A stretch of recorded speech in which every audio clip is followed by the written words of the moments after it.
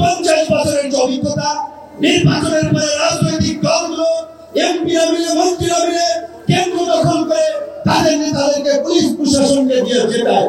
কাজী এই সরকারের আমলে যেভাবে জাতীয় নির্বাচন হবে, একই সাথে অনতিবিলম্বে আমরা স্থানীয় নির্বাচন আয়োজনের দাবি জানাচ্ছি।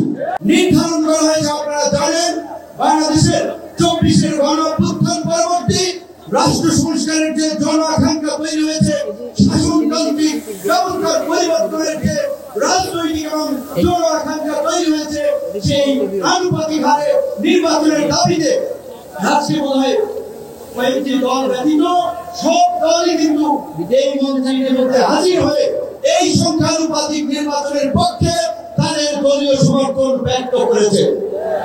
আমরা পরিষ্কারভাবেই সংস্কার কমিশনকে বলতে চাই, সমাবেশ শুধু একটা দলের দেখেছে, সবেমাত্র শুরু হয়েছে। ইসলামী আন্দোলন আজকে করেছে, 19 তারিখ জামায়াত করবে, তারপরে গণ অধিকার পরিষদ করবে।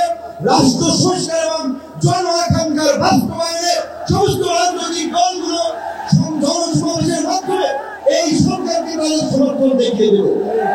তাই আমরা বলতে চাই, কোন দু একটি দলের উপরে ভিত্তি করে দু একটি দলের কথায় সংস্কারের নকশায় পরিবর্তন আনা যাবে না।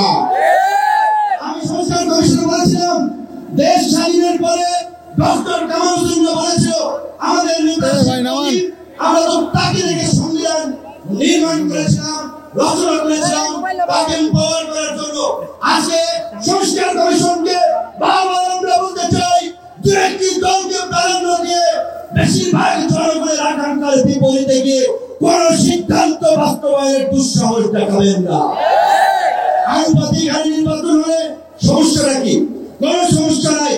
প্রধানমন্ত্রীর মেয়াদ 10 বছরের বেশি না থাকলে সমস্যা কি?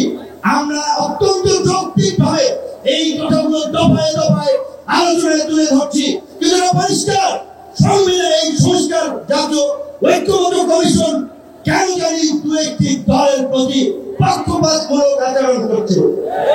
এই পিয়ার পদ্ধতি তাদের এসেম্বলি বাদ দিয়ে তারা ঘোরাই দিল, পিয়ার থেকে উচ্চ কক্ষ নিম্ন কক্ষ চলে গেল। উচ্চ কক্ষ নিম্ন কক্ষ হবে নাকি?